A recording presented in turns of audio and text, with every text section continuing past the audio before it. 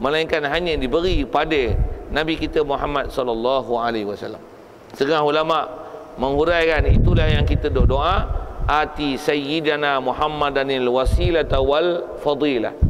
Berikan dia wasilah dan fadilah. Tang mana tu? Tang fadilah. Fadilah tang mana? Fadilah dialah nanti yang jadi syafi' musyafa'. Orang yang boleh minta syafaat dan syafaat dia diterima. Tidak ada orang lain yang akan boleh ada keupayaan itu melainkan the first person and the only person is our Prophet Muhammad sallallahu alaihi wasallam. Wajib intikad itu. Yang tu yang dipanggil syafa'atul uzma.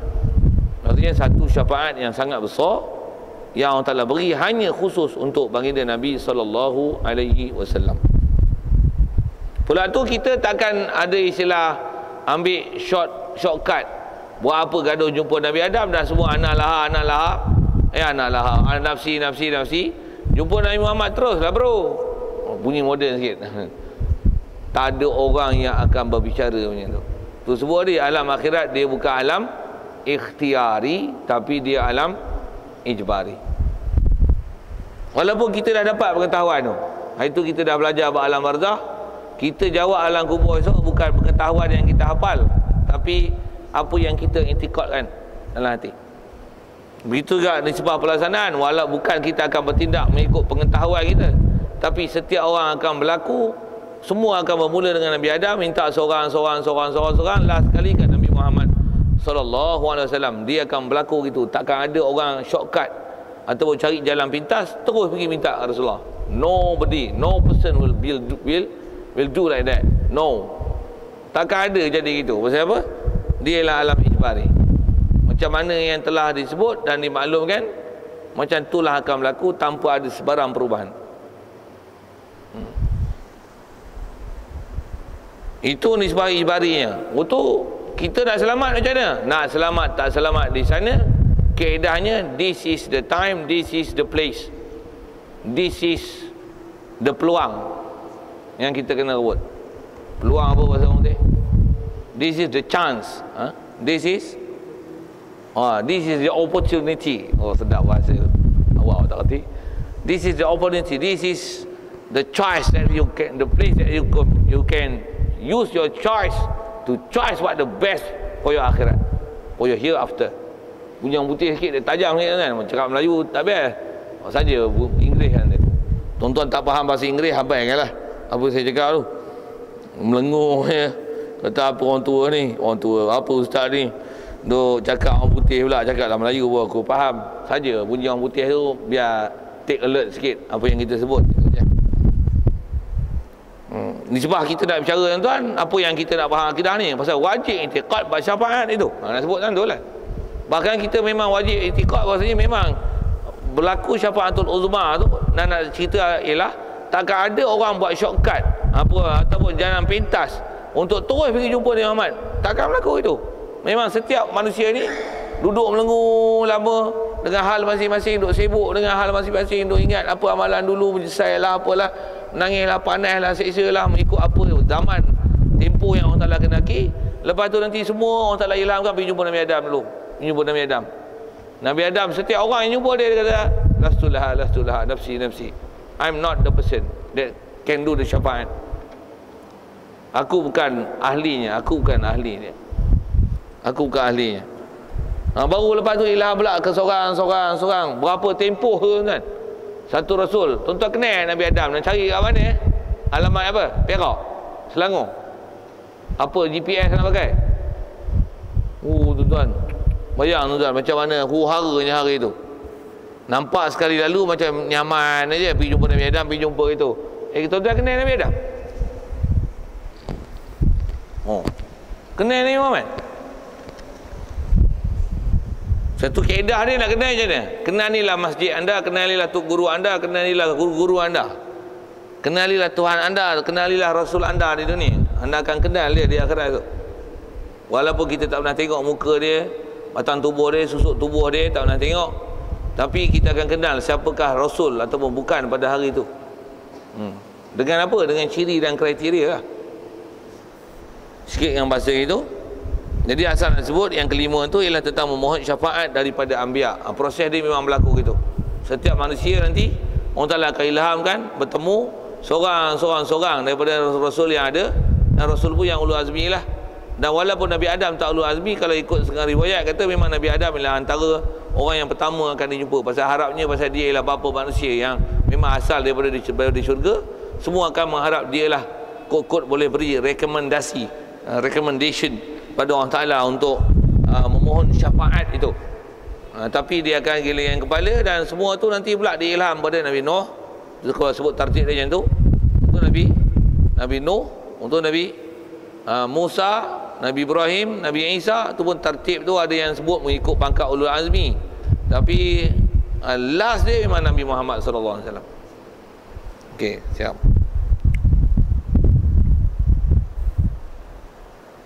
Kalau sambung sikit bab syafaat tu, selain daripada Nabi Muhammad, adakah yang boleh bagi syafaat? Dengar cara nak jawab macam ni. Kalau atas kata syafaatul uzma, nobody else except our Prophet sallallahu alaihi wasallam sendiri. Adapun syafaat yang lain selepas Rasulullah diterima permohonan dia untuk memulakan perhitungan supaya dihisap manusia yang ke syurga, ke neraka dengan dibuat keputusan di situ.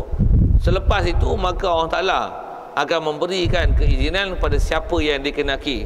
Surely yang siapa dikenaki adalah manusia yang special person kat dunia ni, yang dengan jadi nabinya, jadi rasulnya, orang mati syahidnya, istilahnya tutup guru ahli ulama, orang yang pakar dalam berilmu, orang yang taat, orang salih, orang siddiqin.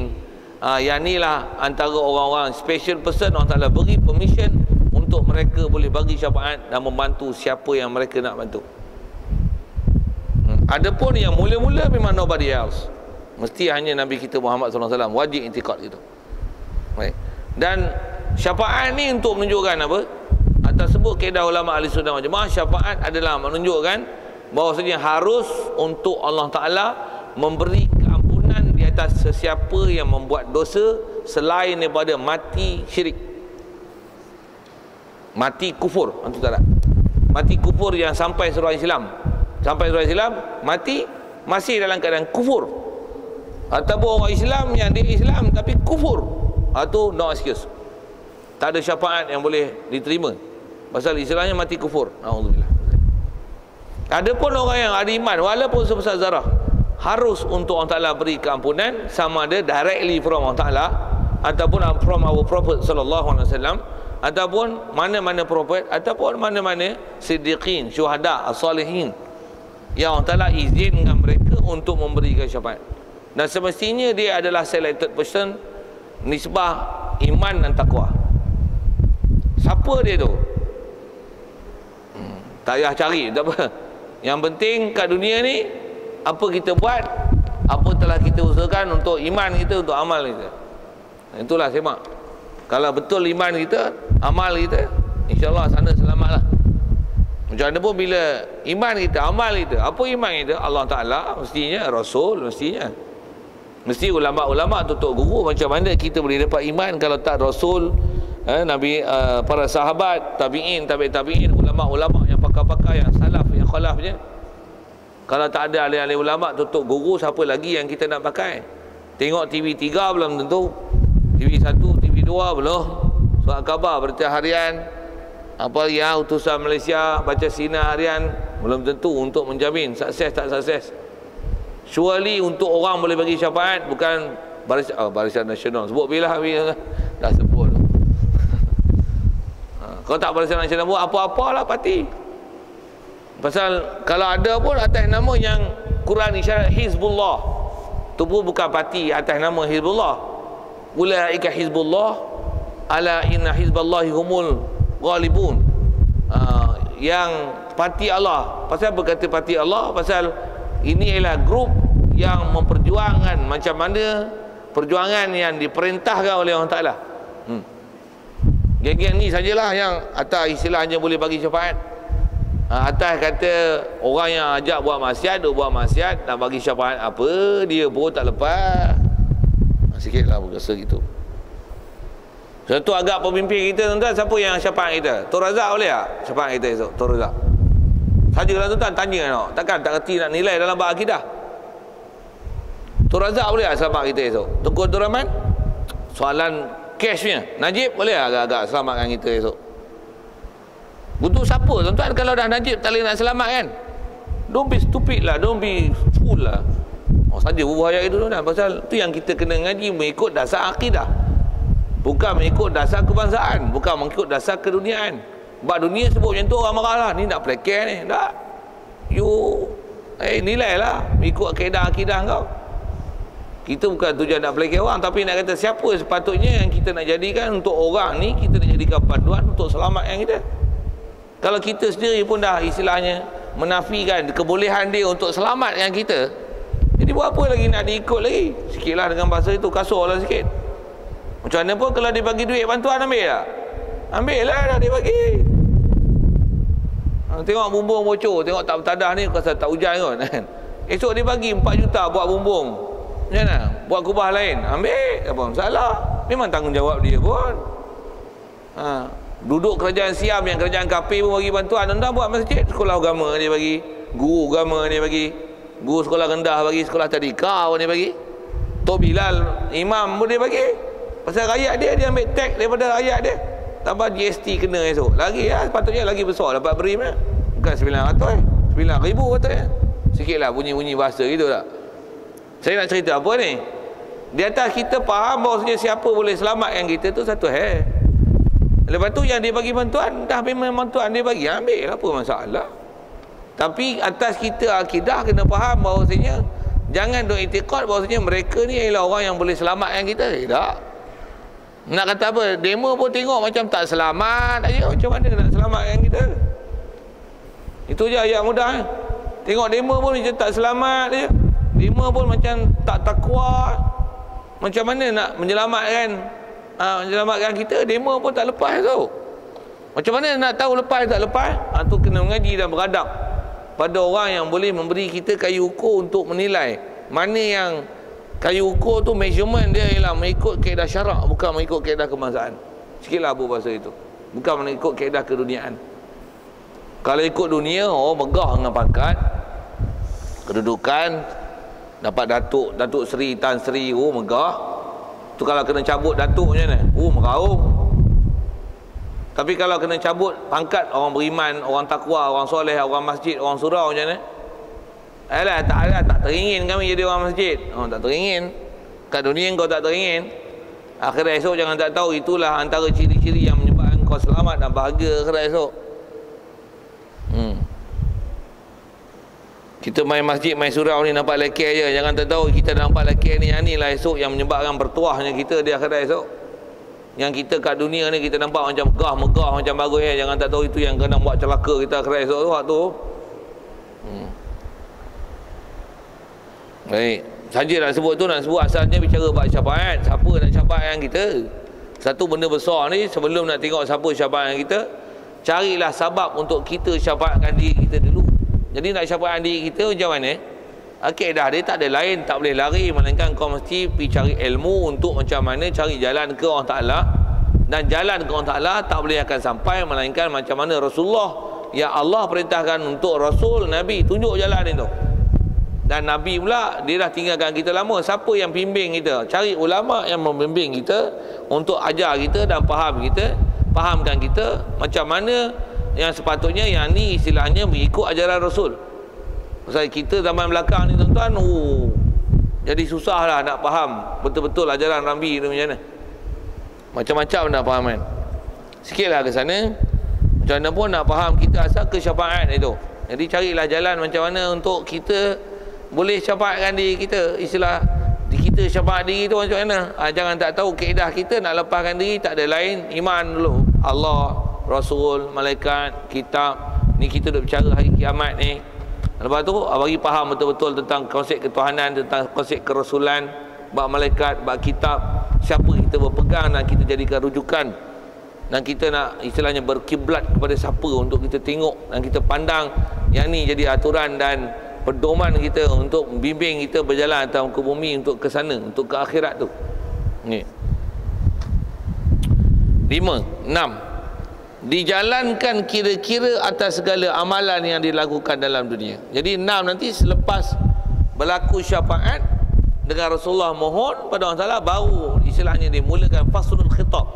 Maksudnya bagaimana nak menyelesaikan perbicaraan, baru akan melakukan sesuatu. Dan antara proses menyelesaikan perbicaraan adalah hisab. Tu jalankan kira-kira. Kira-kira tu bahasa Melayu lama. Kalau pakai bahasa Arab, hisab. Bukan HISAP, HISAB. Sikitlah bunyi gitu kan.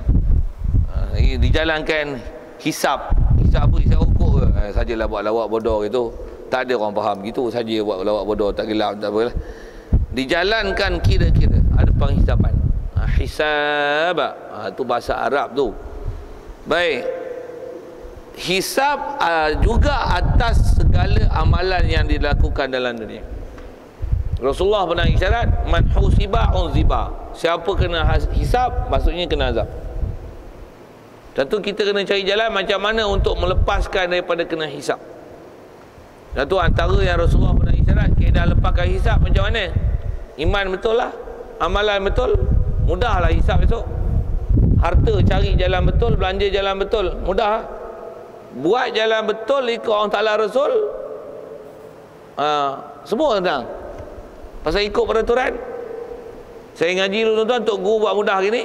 Kita nak, katalah nak daripada luar negara nak masuk Malaysia, dia ada peraturan dan kawalan, custom, excise dan sebagainya, pasport dan sebagainya. Macam mana nak supaya hisab mudah, kiraan mudah dengan immigration, excise, custom dan sebagainya? Jawab. Macam mana nak lagi senang? Jawab. Ikut peraturan dia lah. Saja nak sebut kaedah berfikir tu. Untuk akhirat esok kerajaan apa? Kerajaan Malaysia, Singapura, India, Amerika, Australia. Nak pakai pasport apa? Tak ada pasport lain. La ilaha illallah. Kau faham Allah Ta'ala macam mana? Ikut Wahabi, ikut Syiah, ikut gila babi, Qadariyah, Jabariyah, Mu'tazilah, Murji'ah, ikut Ayapin, Ayapan. Mampu yang pasport yang lain punya, illegal punya, tak lulus kan? Mampu yang kena. Itu kita punya sepadan mudah, kira hisap mudah. Tak payah. Hisaplah tengok. Apa amalan kau sembahyang ikut style siapa ni? Macam mana pun orang kata, kita kalau itu ikut Nabi lah, mana boleh ikut Imam Syafi'i? Jaga sikit, ada gelong lah tu. Pasal ikut Imam Syafi'i maksudnya ikut Nabi je. Pasal Imam Syafi'i takkan kata apa-apa amalan yang datang, yang dia nak kata yang ni pada dia adalah lebih menepati sunnah, yang ni adalah betul, yang ni adalah sunat, yang ni adalah rukun, yang ni sunnah amal, ni sunnah hay'ah. Dia takkan kata macam tu, mesti ada sandaran dia daripada sabda Nabi SAW ataupun perbuatan Rasulullah. Jadi ikut Imam Syafi'i maksudnya ikut Nabi. Yang kau ni Imam Syafi'i utama ikut, kau ikut Nabi, mesti bila kau ikut Nabi, mesti bila kau nampak Nabi. Ulama tak mau ikut tu, kau pakai ikut kepala otak kau je, kau nak faham ikut engkau je. Ulama ajar kau tak mau pakai. Sikit lah bahasa-bahasa gitu. Satu pastikan kita punya jalan betul lah. Baik, asal nak sebut tentang hisab tu, ada hisab. Jadi nak sebut wajib intiqad, ada hisab. Tu yang kita dengar orang baca talqin apa? Hisab adalah benar. Ya, benar. Jadi tengoklah, kita kalau ada benda yang kita buat select, baik bab kata, baik bab ilmu, baik bab akidah, bab tauhid, begitu juga pahaman-pahaman halusi satu-satu, bab Rasul, bab kitab, bab Quran, lagi bab malaikat, bab hari kiamat, qada-qadar, ada cedera. Sama ada cedera tak mau pakai, ataupun cedera tak pergi ngaji apa yang sepatutnya kena i'tiqad. Jaga, berjawablah satu-satu esok. Memang kena tanya betul hak tu lah. Lepas tu tanya pula, pasal apa hang tak sembahyang? Pasal apa? Semua kecuaian yang kita lakukan atas muka bumi ni, tu dipersoal semua. Tu yang siapa kena hisap, maksudnya teruk. Bila kena tahan je, bongkar selongkar, jawab. Teruklah tu. Satu Rasulullah isyarat, dia kata man husiba unziba. Siapa kena hisap, dia kena azab. Satu kaedah sekali lagi, macam mana nak kena ringankan hisap? Betulkan perjalanan kita dengan Allah Ta'ala dan dengan Rasul, mengikut apa yang ulama' dah simpulkan kita dari pedoman kita. Bagi betul elok. Baik, ada hisap situ. 7. Ditimbang segala amalan manusia antara amalan yang baik dan amalan jahat. Jadi antara proses tu adalah proses timbang. Antara kaedah hisap adalah timbang. Siap? Jadi timbang tu faham apa? Ada alat penimbang dan berlaku proses penimbangan itu. Dan akan berlaku gilir menimbang. Tok kita gilir berapa? Itu pun satu penantian walaupun dah ada mula syafaat dan pengiraan. Tapi berbanding dengan susah kita di mahsyar sebelum syafaat, hak tu susah lagi berbanding dengan hak ni. Nak tunggu gila nak kena timbang tu dengan nak tunggu nak mula syafaat daripada Rasulullah, hak nak cari syafaat tu susah ni. Dengar tuan. Untuk apa kaedah nak melepasnya? Tak ada jalan lain.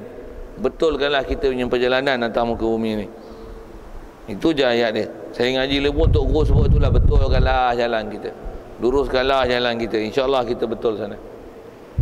Ayat dia macam tu. Cuma masing-masing mendakwa betul. Yang tu zaman kita. Orang yang mengaku jadi Nabi pun dia kata dia betul. Orang kata kena tafsir semula Quran pun betul. Hak tak semayang pun dia kata dia betul. Hak kata boleh tukar jantina pun dia kata dia betul. Hak kata bagi lesen arah pun dia kata dia betul. Hak kata mau buat wudu pun dia kata dia betul. Hak macam-macam kan. Macam-macam lah ni. Hak bagi lesen judi pun dia kata dia betul. Macam-macam. Hak tak mau pakai tudung pun dia kata dia betul. Hak duk joget-joget, duk menari-menari dia pun buat kerja betul. Hak tak mau main masjid, tak mengaji pun dia kata dia betul. Semua pakai kata betul.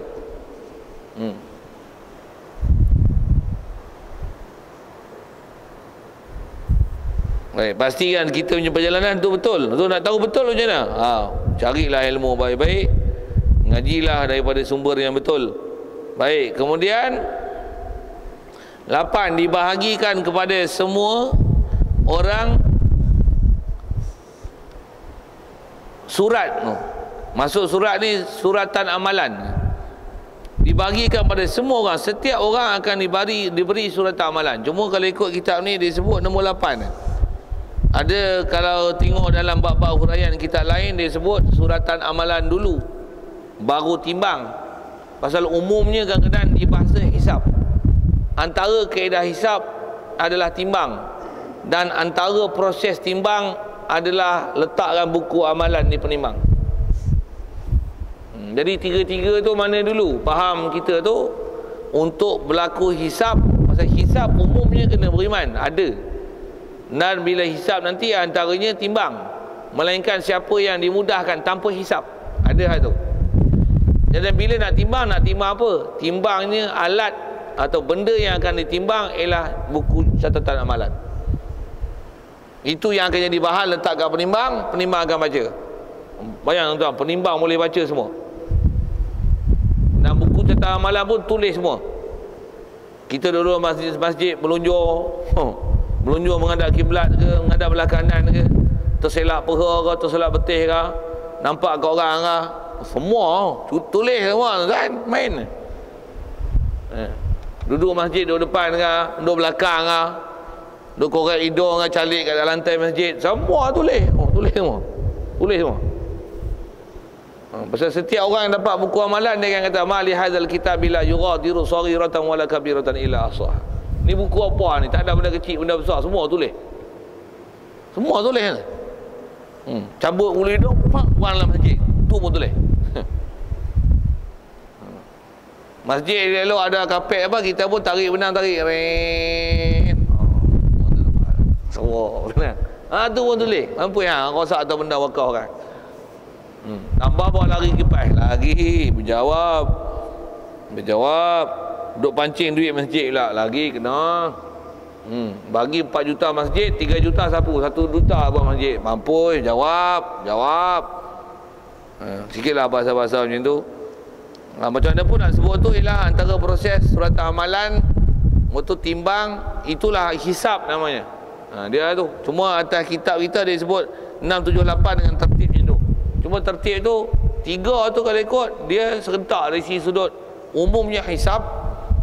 Dan hisab tu nanti akan ada timbang. Nak timbang, yang ditimbang ialah buku catatan. Jadi faham tu apa? Catatan amalan bagi dulu. Siap aja Rasulullah minta lagi syafaat. Apa? Yang mana lepas tanpa hisab, masuklah syurga terus. Lepas tu yang mana tak lepas ni macam mana? Bagi kita buku catatan amalan. Semua bagi. Lepas tu ada tangan kanan, tangan kiri apa tu? Ada yang kat belakang. Lepas tu akan ditimbang. Itulah hisab. Siap. Cuma tertib tu kadang-kadang realitinya yang tu yang ada ulama sebut tertib tu tak wajib diiktikad. Tapi kalau ikut dengan faham saya ngaji guru sebut dah apa yang nas datang atas bab-bab macam ni, macam itulah. Jadi dia taklah tertib macam ni. Umumnya dah sebut ini ialah elemen-elemen kena beriman. Hisab, wazan, timbang, ada mizan alat penimbang, dan adanya menerima suratan amalan. Siap. Kemudian kesembilannya dah selesai semua tu. Setiap orang yang ni mesti lalu apa dia? Melalui titian. Dan titian tu umumnya dipanggil titian sirat. Dan dipanggil sirat mustaqim. Itulah. Pasal apa panggil sirat mustaqim? Pasal memang titi tu lurus, dia bukan bengkok. Pasal dia dibentang lurus. Lurus tu macam mana? Pasal ada peringkat naik, ada yang kata ada turun. Dan dia jambatan tu lurus. Dia bukan macam jambatan Pulau Pinang jambatan kedua tu. Sebut bila begitu kan. Saya pun tak naik lagi. Jambatan ni lurus. Lepas tu dia panggil sirat mustaqim. Dia panggil mustaqim tu pasal memang dia lurus. Pasal dia cuma dia lurus tu lurus dari segi lurus. Tapi binaan dia ada naik, mendatar, turun. Ulama kita dia ambil faham kata apa? Oh, nak buat jambatan itu konsep fiziknya. Maksudnya benda yang berjarak jauh macam mana? Supaya ada faktor pengukuhan. Hak tengah hendaklah dibina tinggi daripada bahagian tepi. Itu kaedah buat binaan tu kan. Nak bumbung macam mana nak bagi tahan? Sikit itu konsep fizik lah. Saya tak syarah fizik, saya bukan ajar sains ni, tapi menyambil tu. Baik. Jadi setiap orang akan melalui atas sirat. Yang sirat ni terletak atas neraka. Kadang-kadang bahasa kita disebut di mulut neraka. Itu bahasa mulut apa, bukanlah neraka ada mulut, tapi istilah. Maksudnya diletak di atas neraka. Dan nak ke mana titian tu? Menyeberang ke syurga. Jadi mana mulanya sirat ni? Pada masyarakat. Jadi kalau kita sebut katalah ni meja ni ialah neraka, atas bayangan je lah kan. Di pada masyarakat sana tak ada orang boleh ke syurga, mesti lalui sirat. Tak selesai dengan hisap apa semua kantoi macam mana? Dia kena jatuh. Jatuh tu ikut tempat engkau lah dengan hisap tu. Mestinya tak slack walaupun sikit. Ni timbang-timbang rupanya jatuh awal lagi, blebum awal lagi. Maksudnya bab akidah tak selesai, bab Tuhan tak selesai, bab malaikat tak selesai. Atuh awal gedebu sini. Kalau yang kantoi tu ujung dekat-dekat dah sampai tengok ubat haji rupanya kantoi melontar tak sah. Jatuh. Nak sebut apa tu? Nak sebut lalu atas sirat tu lah. Di atas ayat dia macam tu, wajib itikad ada sirat, ada orang melaluinya. Dan lalu pun nak sebut umumnya semua akan lalu, tapi ada orang yang akan istimewa lah. Lalu dia macam kilat, lalu macam ribut, lalu macam angin, lalu macam kuda, lalu macam kenderaan pantas. Ada yang mengesut, ada yang berjalan atas muka, ada yang jalan atas dada, ada yang tergelincir, ada yang dia rasa jambatan tu, ada yang melalui jambatan yang dia rasa luas seluas-luasnya macam padang, tak rasa jambatan pun. Ada yang rasa kecil, sempit, ada yang rasa dia sangat halus dan nipis. Macam mana tajam dan halusnya pisau cukur, mata pisau cukur. Macam mana boleh beza? Mengikut amalan iman dan amalan masing-masing. Satu tuan-tuan, kita bila belajar semua atas iman dan amal, iman dan amal, iman dan amal. Macam mana? Cari sebab boleh iman, cari sebab untuk boleh amal. Bila mana-mana yang cedera dalam bab iman, jaga. Mana-mana cedera bab amal, jaga. Itulah kita nak ambil faham. Dengan kita dah faham akidah tu, kita bertindak dalam fiqahnya. Untuk nak jaga-jaga tu macam mana? Takkan sempurna kita nak buat iman dan amal melainkan dengan ilmu. Untuk nak ambil ilmu, pergi jaga elok-elok, pergi cari elok-elok. Khususnya musim-musim cuti ni, buat apa duduk rumah melengung tengok Astro buat apa? Tu buat apa? Main game. Untuk buat apa? Aktiviti apa tuan-tuan? Buat tu cuti Malaysia ni dia style cuti panjang kan? Buat apa? Budak-budak pekan tuan-tuan tahu buat apa? Tuan-tuan jawab lah, saya tak payah syarah tak apa. Banyak buang masa lah. Dalam masa sekolah pun bukan ajar apa sangat. Tambah tak ada aktiviti, tambah habis peksa. Jadi dia free lah. Lega. Ya. Masa tu jadi haru terbiru tak tentu arah. TV pula. Program musim cuti. Kartun. Spiderman. Minggu kedua.